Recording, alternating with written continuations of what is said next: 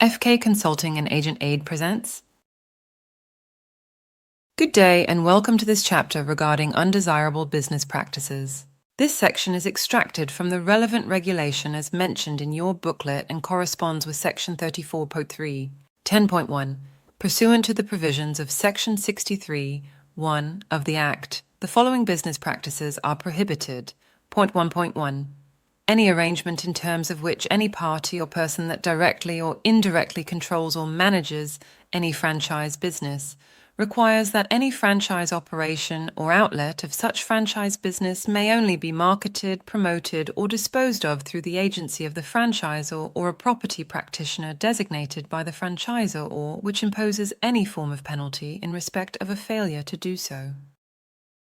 10.1.2. Any arrangement in terms of which any party or person that directly or indirectly controls or manages any residential property development, including any body corporate or homeowners association, the managing organization.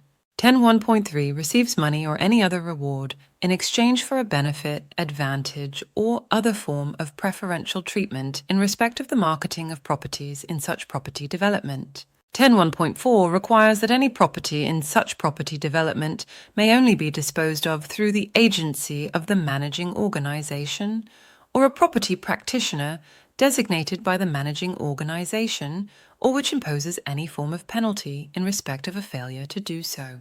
10.1.5 requires that any property in such property development may only be disposed of to the managing organization or a person or entity designated by the managing organization. 10.1.6. Effectively provides an advantage to any one property practitioner or group of property practitioners over and above any other property practitioners in providing services in relation to properties in such property development.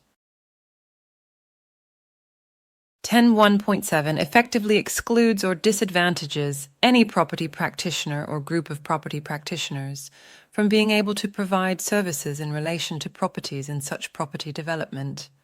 Important notes on this section. Property practitioners may not force consumers to make use of agents only within a particular franchise. For example, let's say your client wants to buy a holiday home on the coast, but you operate in Gauteng. Let's assume your agency restricts the area where you may work. You may not force this client to make use of an estate agent that is a part of the same franchise as you for any reason. Accreditation fees charged by estates are prohibited. Estates may no longer charge a compulsory accreditation fee to any agent who wishes to sell or lease properties within their estate. Accreditation fees were commonplace before the inception of the new Act, but is now specifically prohibited.